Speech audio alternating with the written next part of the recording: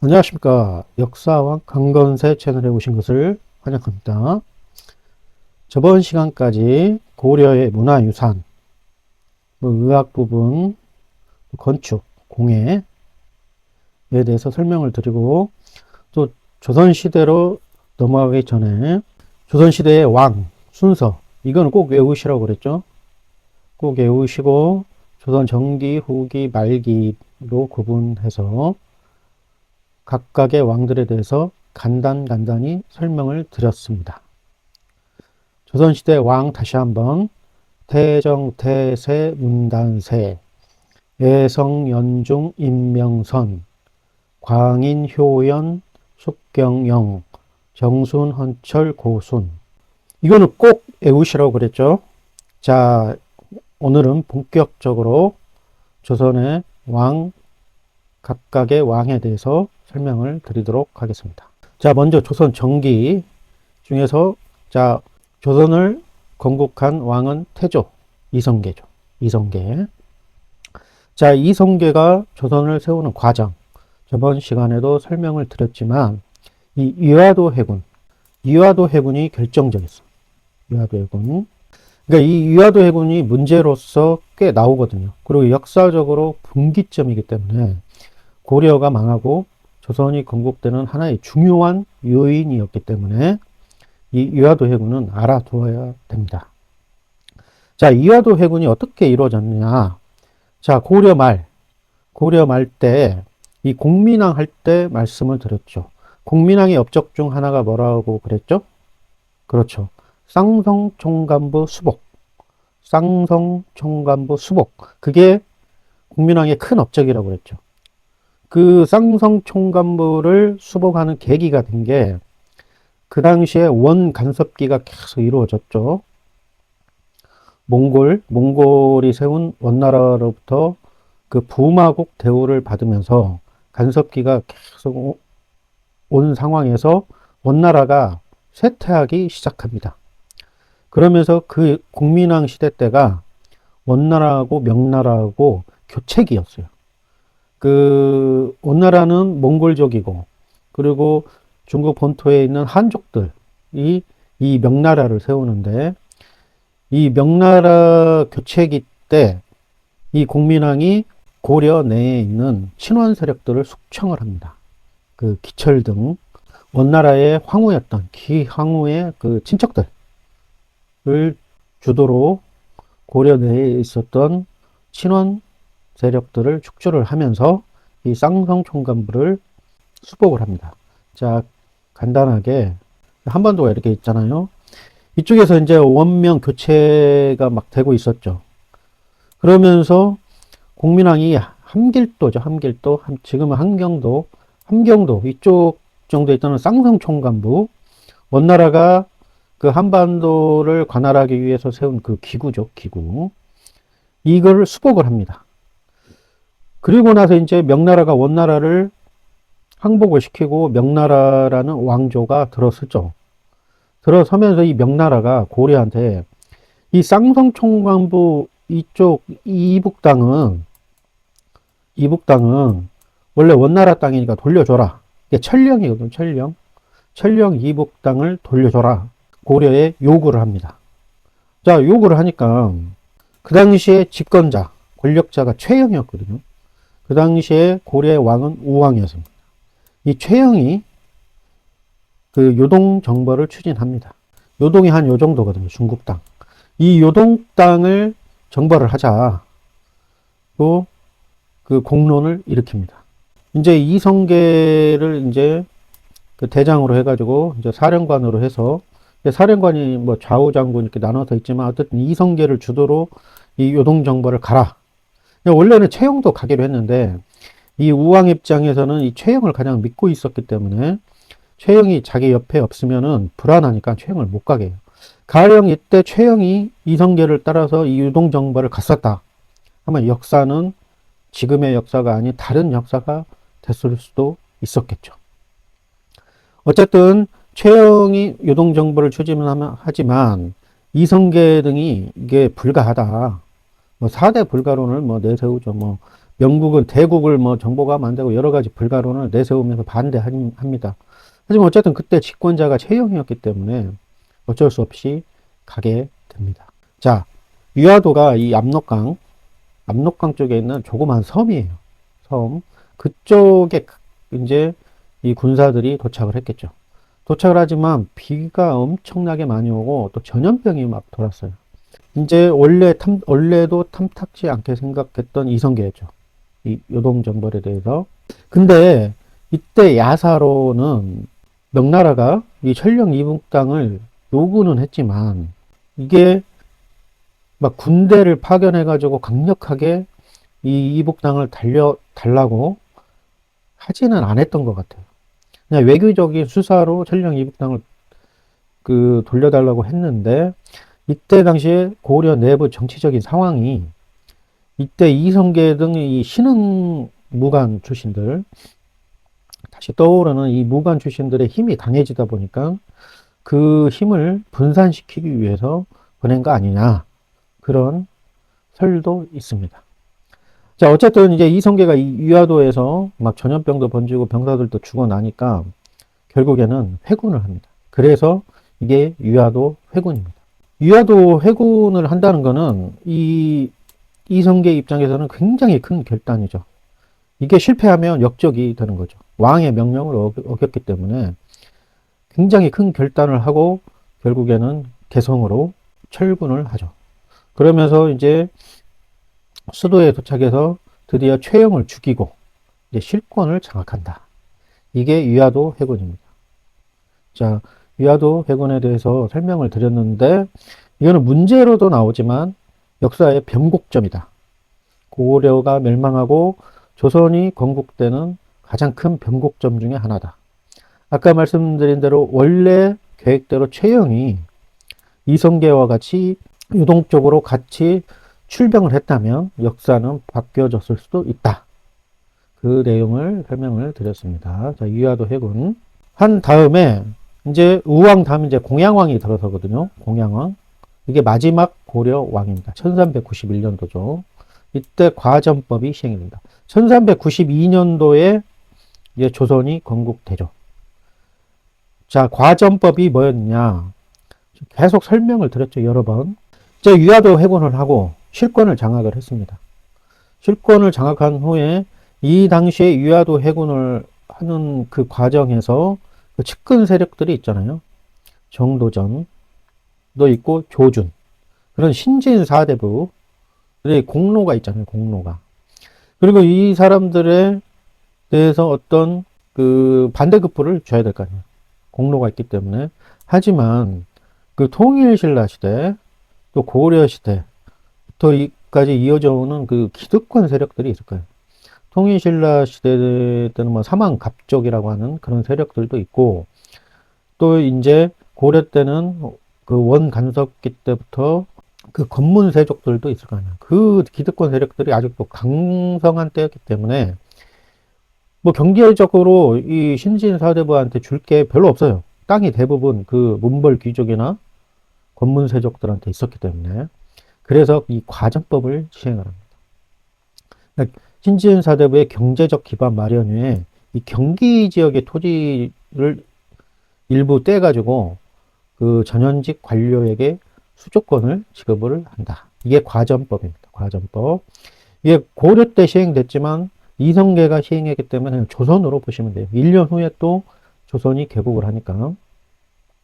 자, 과전법이 나왔으니까 또 계속 설명드렸던 그거를 다시 한번 반복해서 보여드리겠습니다. 이 반복이 돼야 여러분이 익숙해지게 됩니다. 자, 시대별 관리 지급 토지제도. 이 세금하고는 틀리다고 그랬죠. 세금, 토지에서 걷는 세금은 제도하고 이거는 관리한테 지급한 토지 제도다. 그걸 헷갈려 하시지 말라고 그랬죠.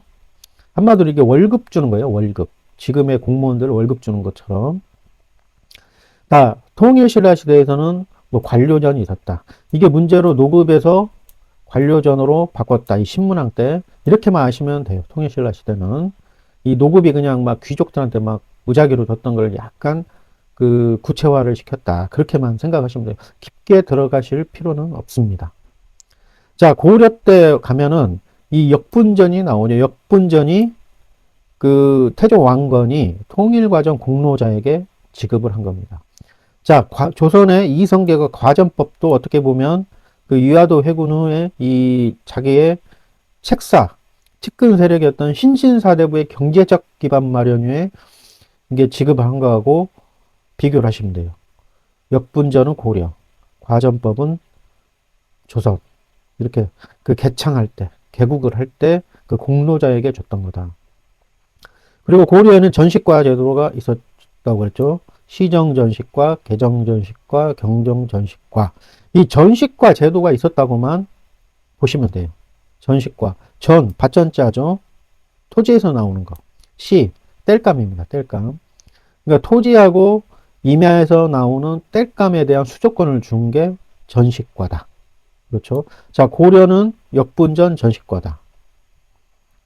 그리고 조선으로 넘어가면 아까 말씀드렸던 과전법, 그 다음에 세조 때, 세조 수양대군이죠. 수양대군이 직전법을 실시한다. 직전법. 이게 왜 중요하냐? 현직 관료에게만 수조권을 지급합니다. 원래는 전현직, 그러니까 퇴직한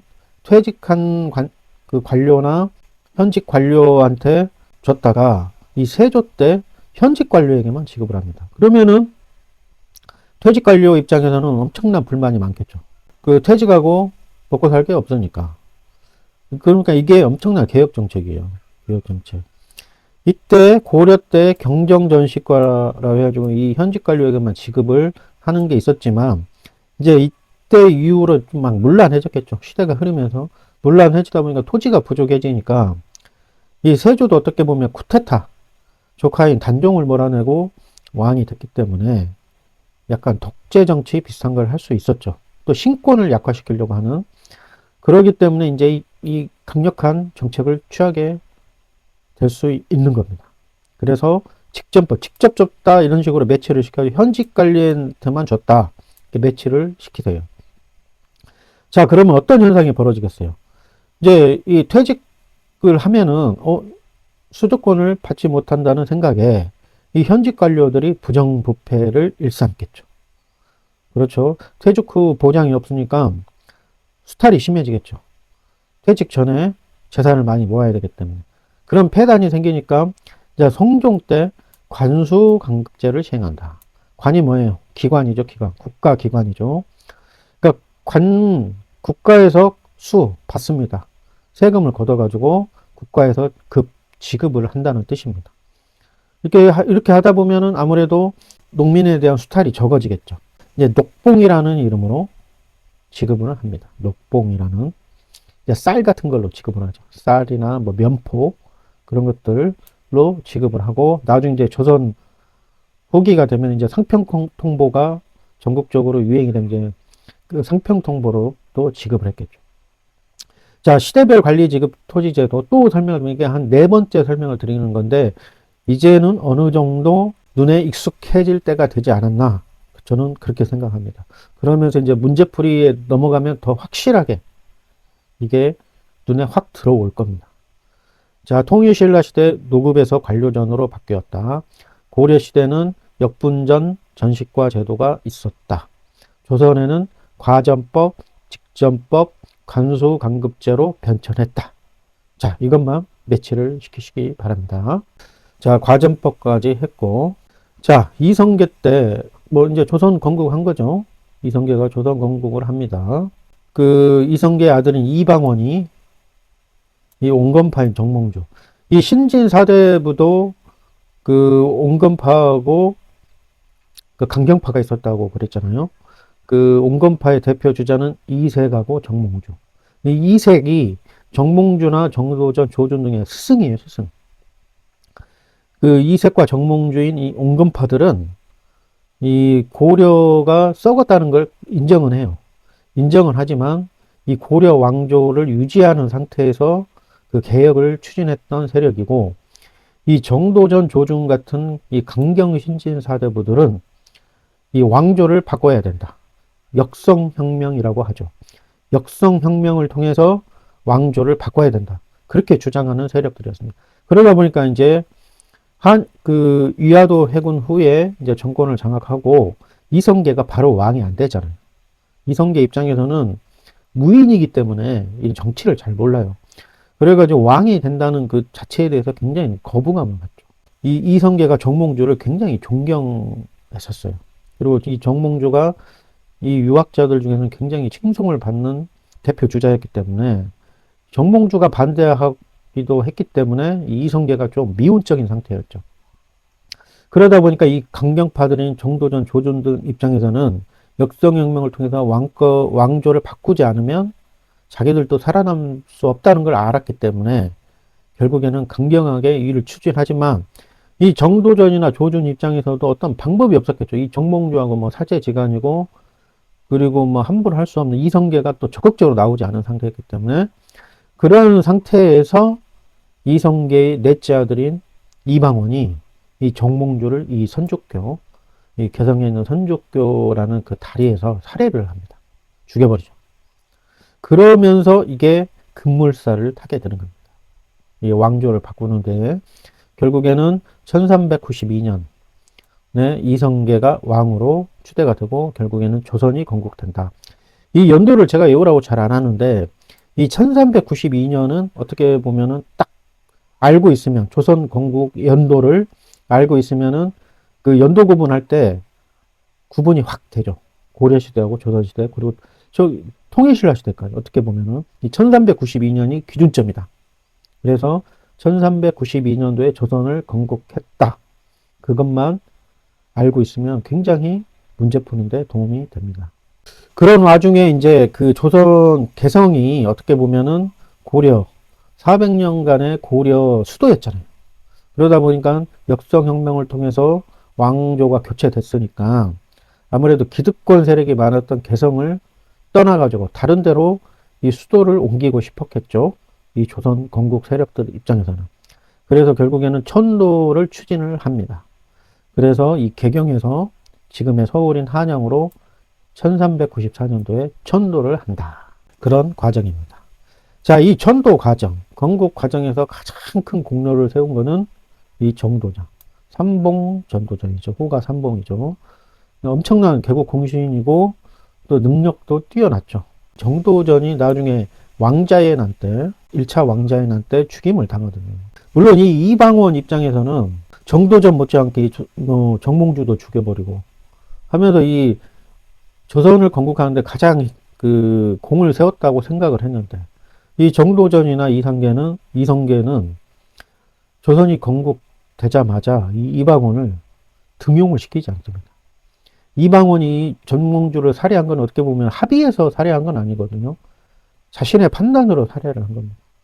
그러다 보니까 이성계나 정도전 입장에서는 굉장히 불만이 많았죠. 물론 그 정몽주가 살해됨으로써 조선 건국이 더 빨라졌지만 존경하던 정몽주를 이방원이 아무 상의 없이 죽여버리기 때문에 이성계 입장에서는 굉장히 미웠겠죠.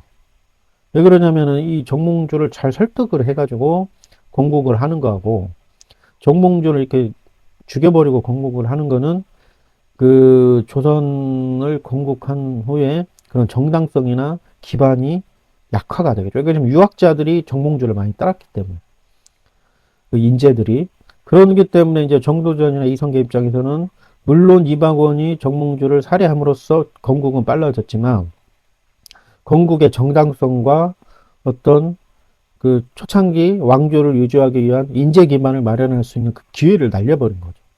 그러다 보니까 정도전이나 이성계는 이방원을 배척을 합니다. 그러니까 이방원 입장에서 굉장히 불만이 많이 있었겠죠. 그러다가 이제 1차 왕자의 난 때 이 정도전을 죽이는데 이 정도전을 왜 죽이느냐. 이방원은 이제 그 왕의 아들이잖아요. 왕의 아들. 옆에서 보고 있으니까 이 정도전이 실권을 장악하면서 이성계는 무인이기 때문에 거의 정치는 정도전한테 맡겨놨어요.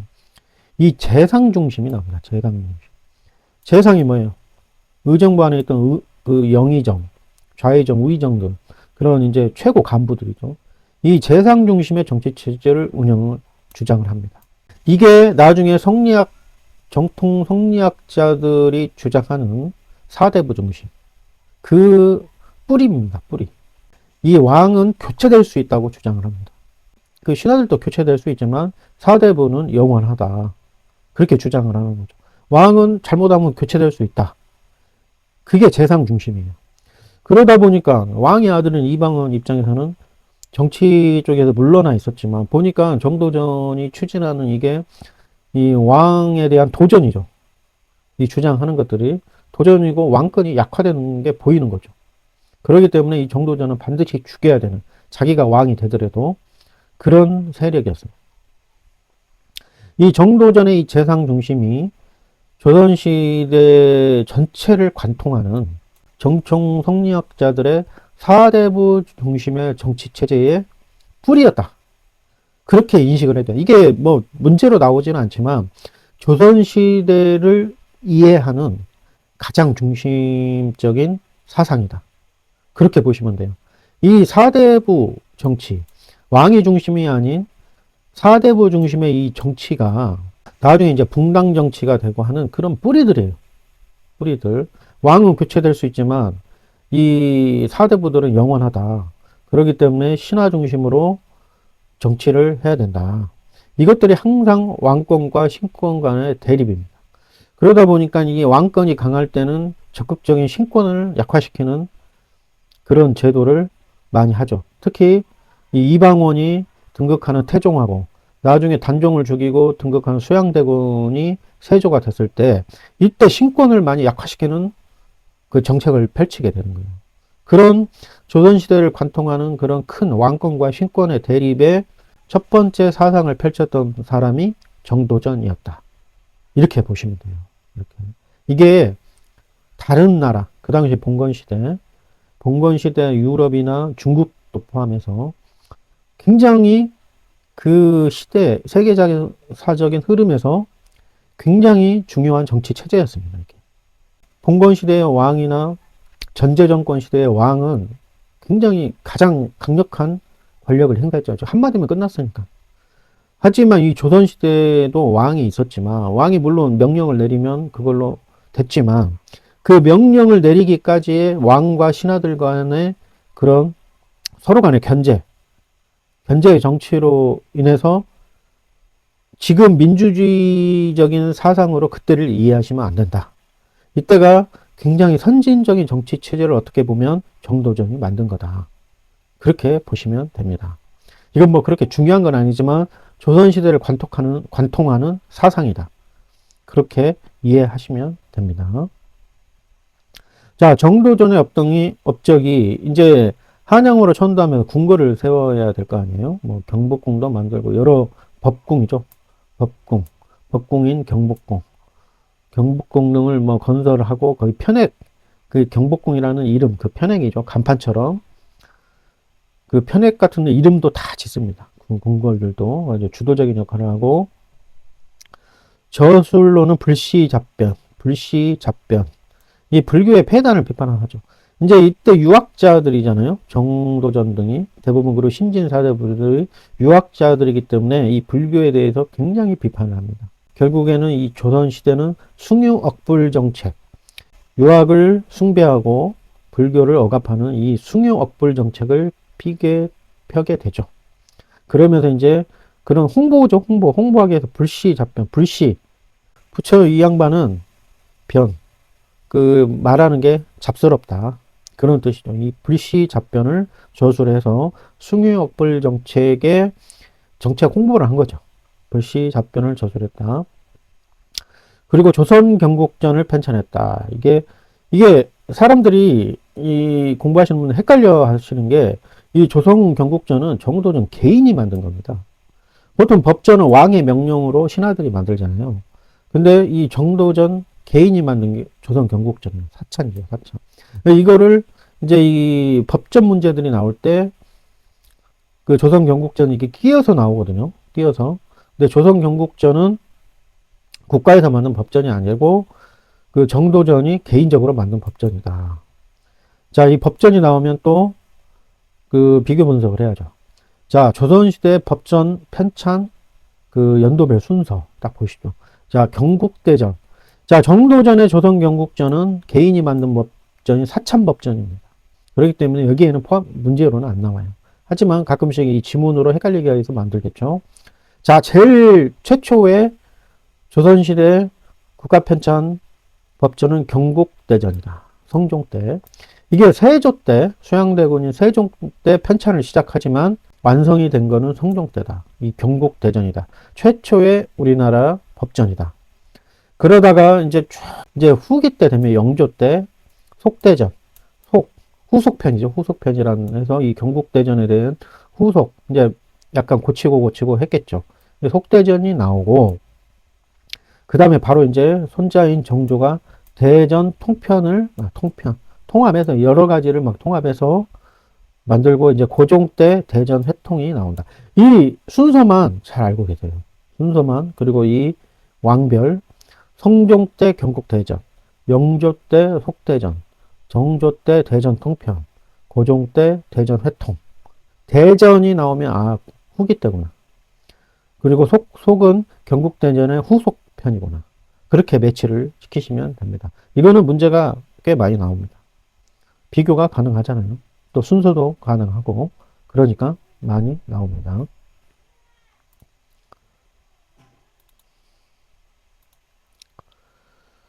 자, 정도전이 결국 아까 말씀드렸던 것처럼 왕자의 난 때 이방원한테 살해가 됐다. 좀 어떻게 보면은 굉장히 아까운 인물이었죠. 이 능력으로 봤을 때는 아까운 인물이었지만, 어쨌든 이 이방원 입장에서는 자기도 살아남아야 했기 때문에 결국에는 살해를 합니다. 자, 이방원이 이제 태종으로 등극을 한다. 이 앞에 이제 뭐죠? 이방원이 이 정도전 등을 죽이고, 처음에는 이 정종, 둘째 형인 이 정종이 즉위를 시키죠. 어떻게 보면 허수아비 왕이죠. 허수아비 왕인데, 이 정종 입장에서는 그 첫째 아들이 있었는데, 이성계 첫째 아들이 있었는데, 이 이방원에 대해서 굉장히 반대를 합니다. 이 왕자들끼리 싸우는 거에 대해서 반대를 하면서 결국에 둘째 아들이 즉위를 하죠. 이제 이방원 입장에서는 이제 형제들을 거의 다 죽여버리고 등극을 하면서 이제 굉장히 힘들어 했겠죠. 그 부분에 대해서는. 하지만 이방원이 들어섬으로 해서 어떻게 보면 조선이 500년의 역사를 지킬 수 있는 하나의 토대를 마련한 게 아닌가. 가령 이방원이 들어서지 않고, 가령 태조 이성계고 정도전이 있는 상황에서 이 조선이 500년까지 가는 그런 긴 역사를 가진 왕조가 될 수 있었겠느냐. 약간 의문점이 들어요. 왜 그러냐면 왕권이 약하지 않으면 어떻게 보면 뒤집어질 수 있거든요. 아무리 조선을 건국을 했지만 정몽주가 죽으면서, 이방원한테 죽으면서 이런 인재들이나 어떤 굉장히 능력 있는 사람들이 이 조선 건국의 타당성을 무시를 했어요. 그래서 관직에도 막 등용을 안 하려고 하면서 많이 반대를 했죠. 이 조선 건국을. 그러다 보니까 이 기반이 약했겠죠. 인적 기반이 약했기 때문에. 그리고 이성계가 왕이 됐지만 이 무신이다 보니까 정치를 잘 몰라요. 그러면 정도전 혼자서 해야 되는데, 정도전 혼자서 이거를 유지를 시킬 수 있었을까? 그런 생각이 많이 듭니다. 왕권이 약하기 때문에. 고려 말 때도 어차피 왕권이 약하기 때문에, 통일신라 말 때도 마찬가지예요. 왕권이 약해지면 나라가 바뀔 수 있다. 또 왕이 교체될 수 있다는 게 역사적으로 증명이 된 거잖아요. 그러다 보니까 가령 이방원이 태종으로 즉위하지 않았다. 태종이 즉위하면서 굉장히 왕권 강화책을 펴거든요. 이 신권을 많이 죽이죠. 의정부 서사제도 폐지하고, 6조 직계제도 시행하고, 그리고 굉장히 권력을 많이 행사했죠. 그리고 또 어떻게 보면 결과론적인 거지만 태종의 아들인 세종이 즉위하죠. 세종이 즉위하면서 어떻게 보면 조선 초기 조선의 왕조의 기반을 다지는 훌륭한 왕이 나올 수 있는 게 되죠. 가령 태종이 왕이 되지 않았으면 세종이라는 왕이 나올 수 없었겠죠. 그렇죠. 그렇기 때문에 이 태종 이방원이 어떻게 보면 조선 왕조의 흐름의 역사에 있어서는, 물론 자기 형제들도 많이 죽였지만 그 등극을 하면서 굉장히 조선의 반석에 올려놓는 왕이 아니지 않을까. 저는 그렇게 생각합니다. 뭐 이성계의 넷째 아들이다 뭐 이런 거는 계속 설명을 드렸으니까 넘어가도록 하겠습니다. 자, 태종의 업적들에 대해서 설명을 드리겠습니다. 자, 태종이 그 왕자들, 뭐 배다른 왕자들, 또 같은 배에서 나온 왕자들까지 다 죽여버린 거예요. 결국에는 왕이 즉위를 합니다. 그래서 육조 직계제를 시행한다. 이 육조 직계제가 굉장히 많이 나옵니다. 왜 그러냐면 나중에 세조, 소양대군 세조 때도 이 육조 직계제가 나오거든요. 이 육조 직계제가 뭐냐면 보통 그 왕한테 어떤 안건이 올라갈 때 육조, 뭐 이효, 애, 병, 형, 공 이런 육조가 실무 그 행정기구잖아요. 거기에서 이제 안건이 올라오면 이 재상들 우의정, 좌의정, 영의정 또 뭐 참판들 또 있겠죠. 의정부에서 논의를 거친 다음에 왕한테 보고를 하는 게 이 의정부 서사제입니다. 의정부에서 서사 어떤 거를 거친다. 이게 의정부 서사제입니다. 지금의 대통령이 있잖아요. 국무회의라고 보시면 돼요. 의정부가 국무회의. 어떤 의정부에서 거쳐서 올라가는 게 의정부 서사제인데 이 태종이 즉위하자마자 이걸 없애버립니다. 이 6조에서 바로 왕한테 보고해라. 허수아비로 만드는 거죠. 재상들을 허수아비로 만드는 6조 직계제를 시행합니다. 자, 아까 말씀드렸죠. 정도전이 재상제 중심의 정치를 펼다고 그랬죠. 왕 중심이기보다는 이 재상들이 중심이라는 그런 정치를 편 거를 이 이방원이 보고 있었기 때문에, 알고 있었기 때문에 등극을 하자마자 이 신권을 약화를 시키는 거예요. 이 정도전이 했던 거를 다 없애버리려고 했겠죠. 서로 원소지간이었기 때문에. 자, 그리고 사관원도 독립을 시킵니다. 이게 이 탄핵권이라는 게, 이 사관원이라는 게 굉장히 힘이 강하죠. 조금만 뭐 잘못하면은 그 재상들이나 이 사람들을 높이 신분에 있는 사람들을 탄핵을 합니다. 이 탄핵을 해버리면은 그 업무가 정지돼요. 지금으로 말하면 직위가 해제가 되거든요. 이 탄핵권이 있는 사관원을 독립시킵니다. 독립시켜 재상을 견제를 하는 거죠. 이게 전부 다 신권을 약화시키는 거예요. 그리고 사병도 이제 혁파하죠. 왕족이나 어떤 좀 재상들이 가지고 있는 사병들도 소유를 금지합니다. 이게 좀 웃긴 게 이 사병이 가장 많았던 사람들이 이 이방원이었어요. 태종. 이방원이었는데 자기가 이제 있을 때는 사병을 가지고 있을 때는 이거에 대해서 굉장히 반대했다가 이제 왕권을 강화해야 될 거 아니에요? 그러다 보니까 왕이 되자마자 이 사병을 혁파를 시킵니다. 이제 군사권을 강화를 시키죠. 굉장히 이제 왕권 강화책을 취한다. 그렇게 보시면 돼요. 어떻게 보면 쿠데타로 된 거기 때문에 태종이나 수양대군인 세조나 쿠데타로 됐기 때문에 굉장히 강력한 왕권을 휘두른다. 그렇게 매치를 시키시면 모르더라도 아 이게 왕권 강화책이구나 하면은 눈치로라도 맞출 수 있다. 그렇게 보시면 됩니다. 그리고 태종이 많이 하죠. 호패법도 실시합니다. 이제 나라의 기반을 마련한다고 그랬죠. 이제 이 호패법이라는 게 지금의 말은 주민등록증이죠.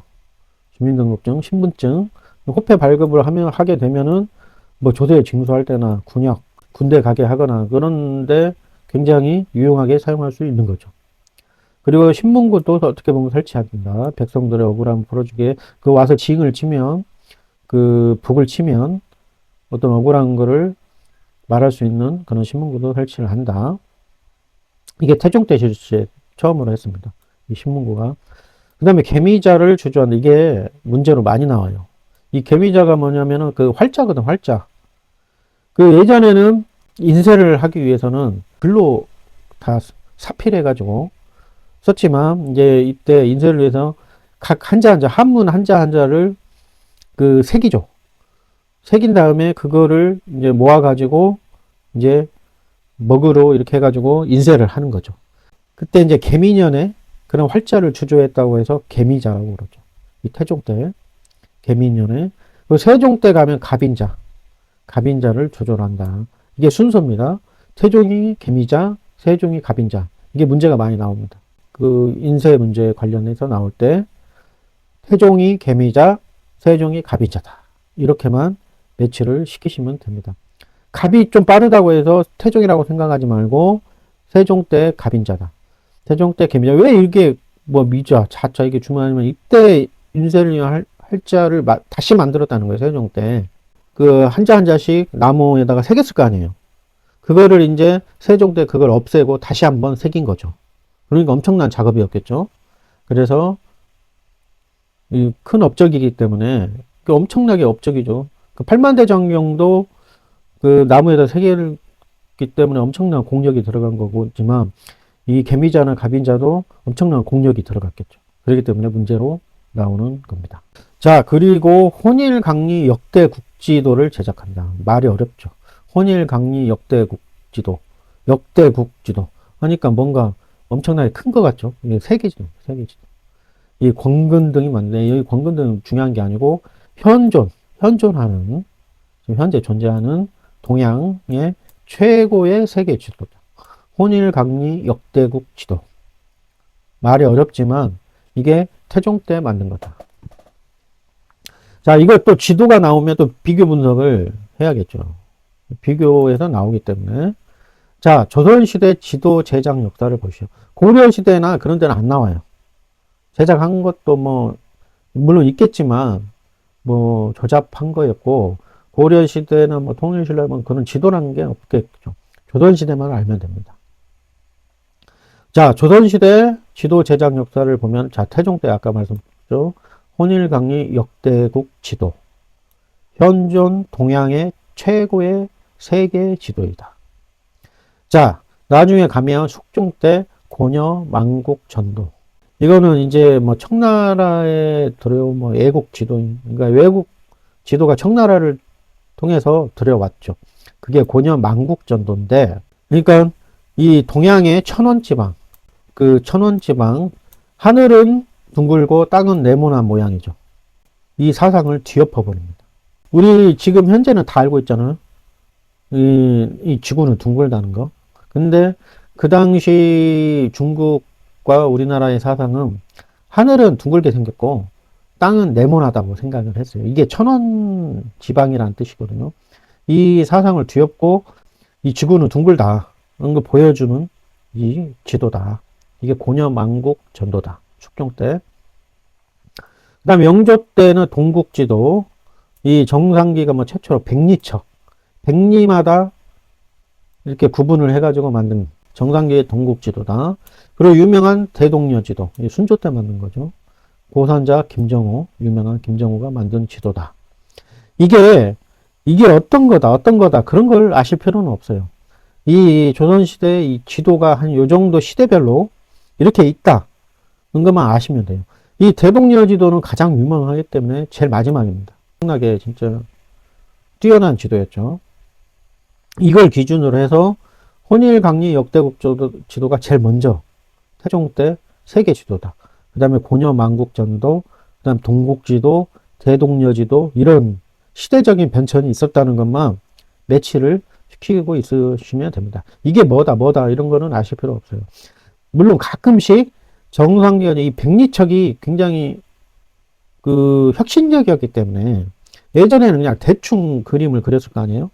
하지만 백리별로 딱딱 지금 축적이라고 그러죠. 뭐 100대 1, 뭐 500대 1 이런 식으로 축적으로 지금 지도를 만드잖아요. 그런 것처럼 만든 겁니다. 딱 거리가 딱 그 거리가 백리다 이런 식으로. 그렇기 때문에 중앙이동에 가끔 문제로 한 번씩 나오는데 이 정상기의 동국지도 백리척이다. 백리척 나오면 동국지도다. 그렇게 매치만 시키시면 돼요. 자, 순서 조선시대 지도 순서를 알고 계시면 됩니다. 이 부분들을 굉장히 하기 싫어해요. 재미가 없으니까. 하지만 그렇게 어려운 거 아니에요. 계속 눈에 익숙해지다 보면 어렵지는 않습니다. 자, 지도가 나오니까 또 지리서를 좀 비교를 해봐야 됩니다. 지도가 뭐고 지리서가 뭔가? 그 역사 공부하실 때 헷갈려 했을 거예요. 지도는 한마디로 지금 말하면 지도예요, 지도. 이 지리서는 뭐냐면 지금은 그렇게 많이 없는데 그 지금이야 뭐 인터넷 좋아하면 뭐 지방에 대해서 다 나오니까 이 지리서는 그 지도를 그리고 그 지방의 어떤 풍속이나 뭐 산세 막 그런 거를 자세하게 써놓은 거예요. 지리서가. 그래서 서가 붙은 거예요. 지리에 대한 서, 뭐 지리, 풍속 등을 기록한 지리지라고 그러거든요. 지리지. 그러니까 지도하고는 좀 다르다. 이 지리서 변천도 성종 때 동국, 여지, 승남, 이 노사신 등이 지은 거죠. 성종 때, 노사신이 이 성종 때 또 경국대전에도 참여합니다. 이 노사신이라는 인물이. 자, 성종 때 동국, 여지, 승남이 편찬되고, 그러니까 중종 때 신증, 새롭게 증보했다는 거죠. 동국, 여지, 승남을. 새롭게 증보한 동국, 여지, 승남이 나온다. 그리고 영조 때 가면 유명하죠. 이 택리지. 이중환의 택리지. 여기는 막 자연, 환경, 풍속 등 굉장히 자세하게 서술되어 있습니다. 지금 보더라도 굉장히 볼만한 어떻게 책이에요. 저도 이걸 봐봤는데 각 지역을 이해하는데 어떻게 이 시대에 이렇게 서술을 했을까. 이 이중환이 진짜 엄청난 자료 조사, 또 현지 답사를 했을 거라는 것을 알 수 있을 정도로 굉장히 자세하게 설명했고, 또 풍수 지리에 입각해가지고 굉장히 자세하게 그 지방을 서술을 해놓은 게 이 택리지입니다. 이것도 딱 이것만 아시면 되거든요. 이 지리지는 신증 동국이니까 동국보다 뒤에 있겠죠. 그럼 뒤에 이거 그 택리지 뭔가 이게 조선 후기로 보이잖아요. 택리지 이 시대별 순서만 알고 계시면 됩니다. 지도하고 이 지리서 시대별 순서만 알고 계시면 된다. 자, 여기까지 하셨고 다음 시간에는 세종시대로 넘어가겠습니다. 세종시대로 넘어가고 오늘은 태종에 대해서 설명을 드렸고 다음 시간에는 가장 제가 제 채널명 광개토대왕 광, 왕건 건, 세종 세, 광건세의 마지막 이 세자, 이 세종 대왕에 대해서 설명을 드리도록 하겠습니다. 오늘도 긴 시간 고생하셨습니다. 감사합니다.